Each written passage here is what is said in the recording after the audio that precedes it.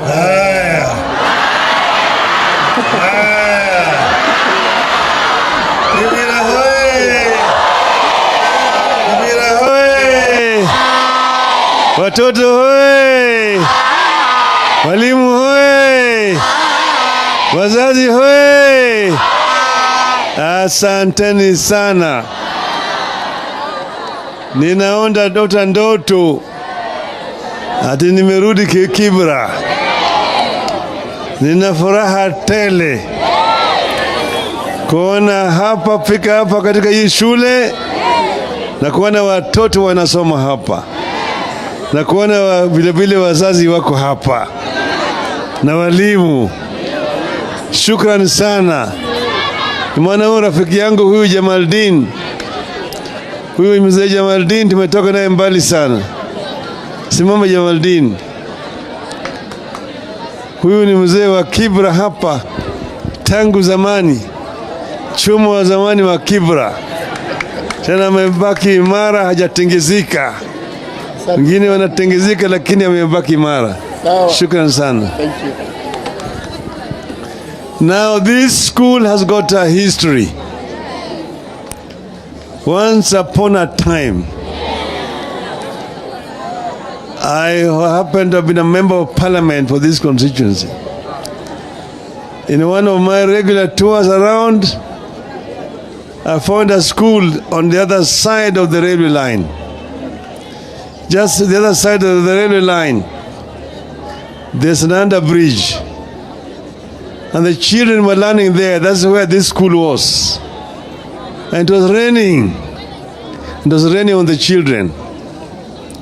That's when we decided that we should look for another place for these children. And then when I came across this other side, this was an abandoned site. They had started a project here for the disabled people, which had not been completed.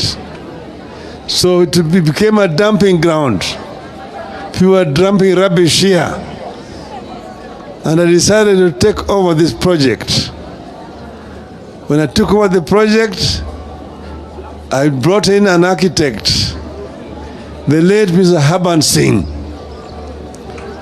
We looked at the structure there. We said that structure was completely unsalvageable. So that the structure would have to be demolished.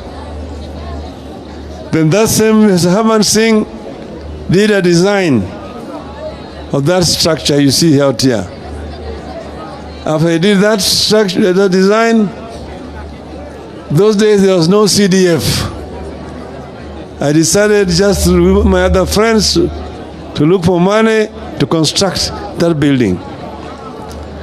And that is how eventually we transferred the children from the other side, where it was raining on them, and brought them this other side here. At the beginning of this school. Then they later on decided to christen it Raila Educational Center. My daughter Rosemary, who was here, who was just left, has been very, very instrumental in working to ensure that this school actually is constructed. Her and Mr. Keta. Where's Mr. Keta? I'm told Keta's already gone. Keta and Rosemary, the twin, are the ones who are working here in this school because I was myself a member of parliament. But then thereafter, we got some other friends from outside the country who also made contributions to enable us to put these other structures up there. And then eventually this other one here. So we managed to get this school to where it is today. My dream was to develop here a center of excellence. And I still have that dream to ensure that this school becomes a center of excellence in the city. It was meant for children of poor parents who live in the slums of Kibera here. Now this is just phase one. But I want to assure you that wherever I go, I will always continue to have this school in mind.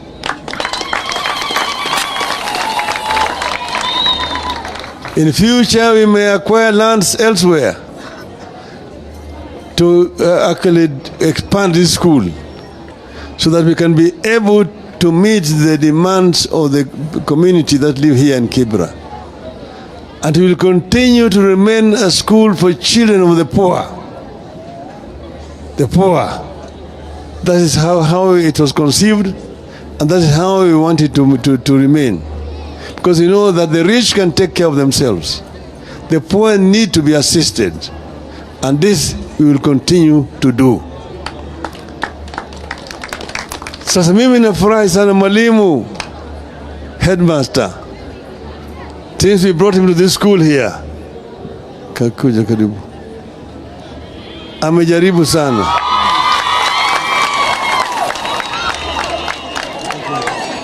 Since we brought him down here, he has done an excellent job. Thank you so much.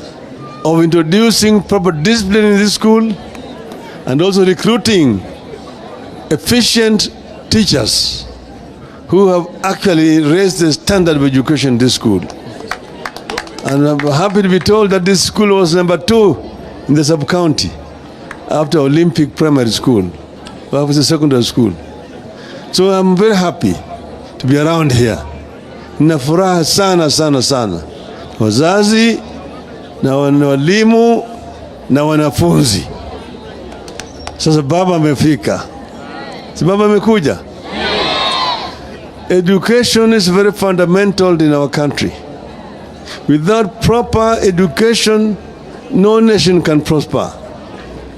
A nation will prosper if you empower your people through quality education. We have here an explosion of the youth. Nearly 60% of our population are the youth below the ages of 35. The youth can be an asset or a drag. If the youth are not empowered, if they're not empowered, they become drug addicts, delinquents, and become basically a load on the society. But if they are empowered properly with quality education, then they become the engine for wealth creation in the country. And that's the reason why we must ensure, all the time strive to ensure that our children get proper education. This is a challenge to the present government. A challenge to the present government.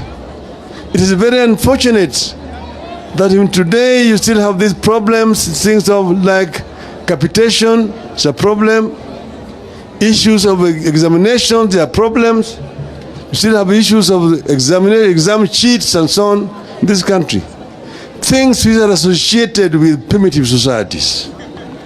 Those kind of inefficiencies are things that we do not want to see continue in our country. But then, we have the government, and the government has a responsibility.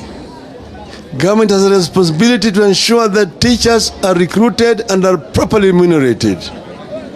Government has a responsibility to ensure that you have proper tuition blocks, proper provision for tuition blocks in all our schools.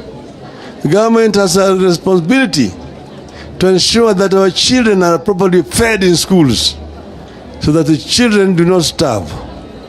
These are some of the challenges facing the government. But now today, I'm happy to be here. Today, we are going to do a groundbreaking. I've already done groundbreaking for a new construction of this new tuition block here in the school. And as the MP has said, the construction work is going to start next month. I will be coming to supervise the construction to ensure that it is completed.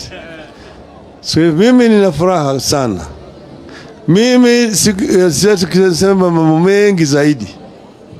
Watu wamesikia ati mimi nataka kwenda kuwa rais wa Afrika nini?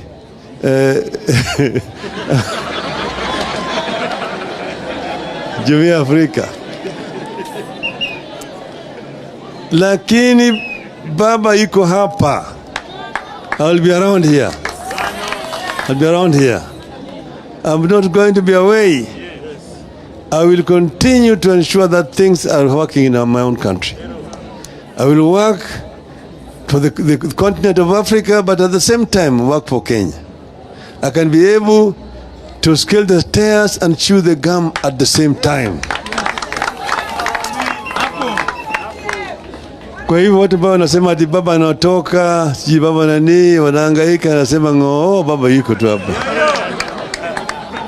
Na wakati ikifika, mkinitaka baba, na mkiniita, nitaitika. So walisema, zamani tulikuwa tunaimba,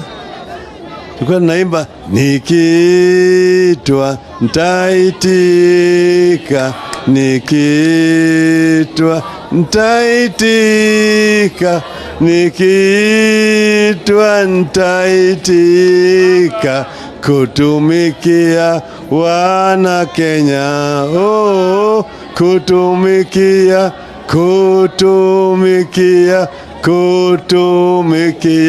wana Kenya, oh, kutumikia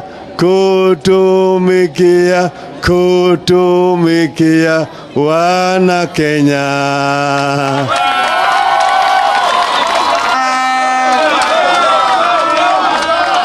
Vijana hoi, Kibera hoi. Sasa baba amekuja, na baba akikuja, huyu Sifuna alisema ati KFC. Hao ndio walisema KFC. Sasa nataka mwalimu aje hapa wa primary na wa secondary. Sawa sawa. Wapi walimu wa KFC? Sawa sawa. Primary. Sawa sawa. Alafu sasa ukifuna alisema wazazi. Wapi wazazi? Chairman wa PTA iko wapi? That is 50,000 baba. Hii ni 50,000. Sawa. Sawa.